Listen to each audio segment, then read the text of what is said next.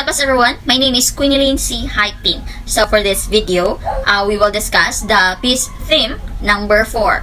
I am the first reporter. Then in the end of this video, we will know what is the peace theme number 4. My specific topic to discuss is challenging the war system. According to my research, the word war is from the Frankish word wera, which means confusion, discord, and strife. War is a classical or international if it is between states. One of the example is the war between Ukraine and Russia. If it comes to civil or internal, if it occurs between rival groups or communities within a state, like the war that happened in Marawi City between the MILF and soldiers. They are both Filipinos, but because they are in certain groups or organization, they fight with each other because they have a different belief, reasons, and purposes. Even with a thought like that, we hope it can be resolved soon,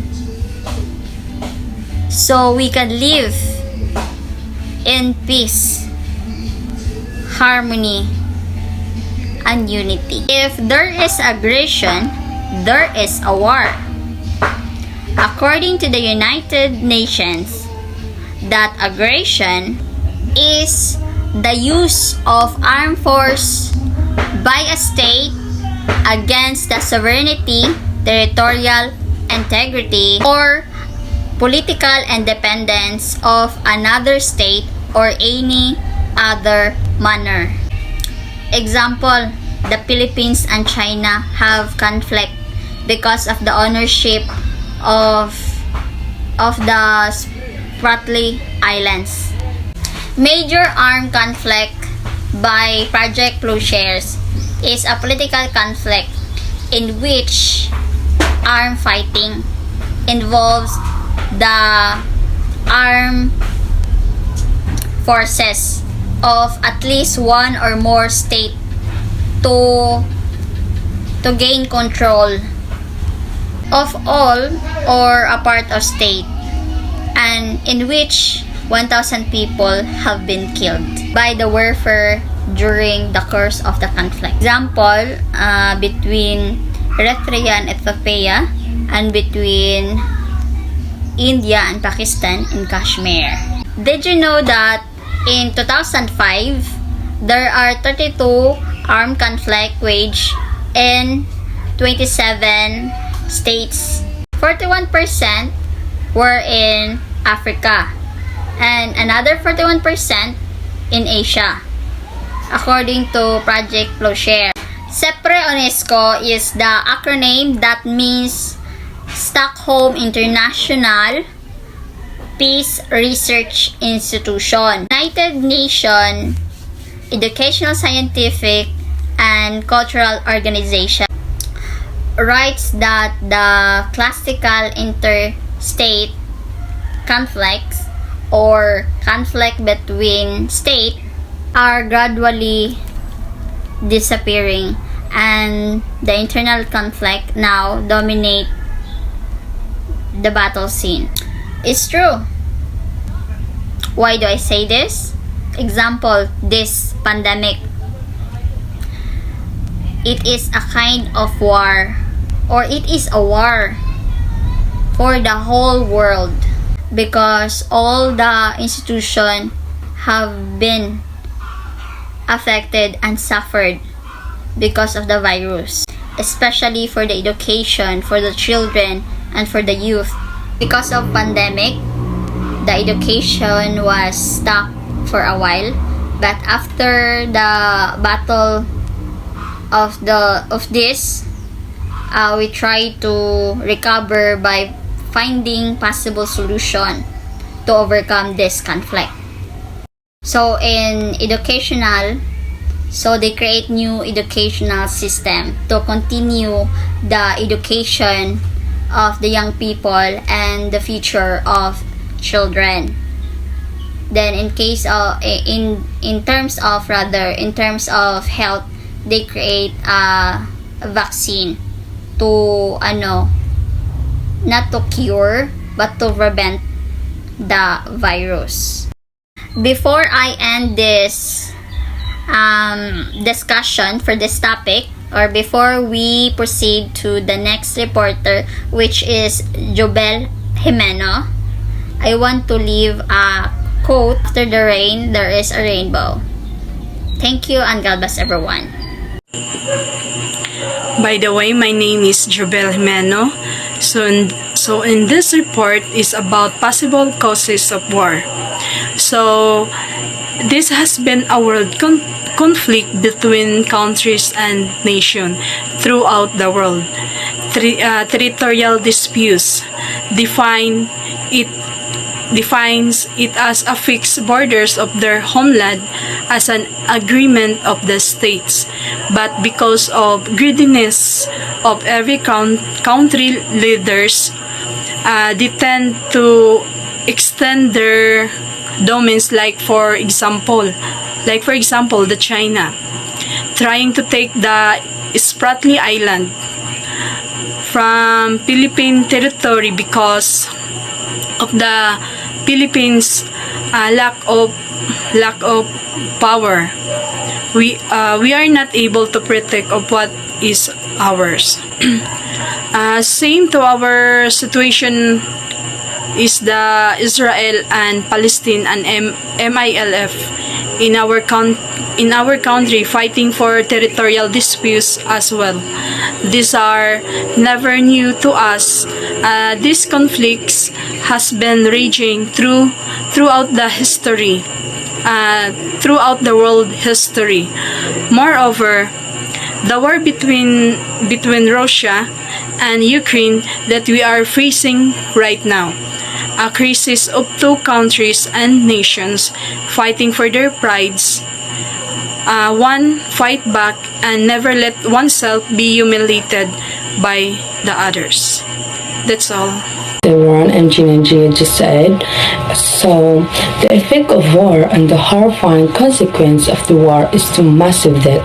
Up to 1,000 people reported die each day as the result of armed violence. So, the war also leads to unacceptable atrocities, as it's generally believed that anything goes into war.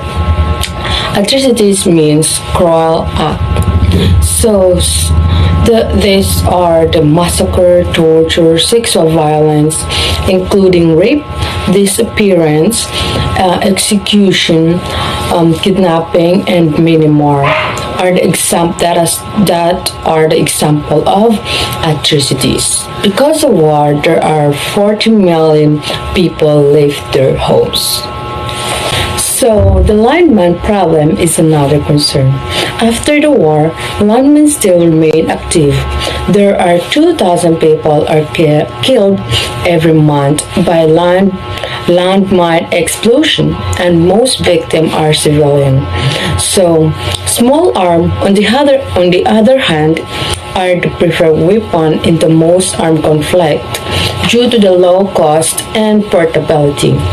Therefore, there are 875 million guns circulating in the world right now. According to ANSA or IANSA, that each day there are 1,000 estimated deaths by gunshot. So, war prevents progress by diverting huge sum of government funds to defense. As a result, large sectors of the population are denied fundamental services such as health and education because money is directed to war or war preparation.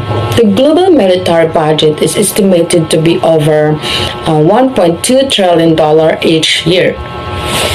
During wartime, children are forced to go through fighting zone rather than playing areas.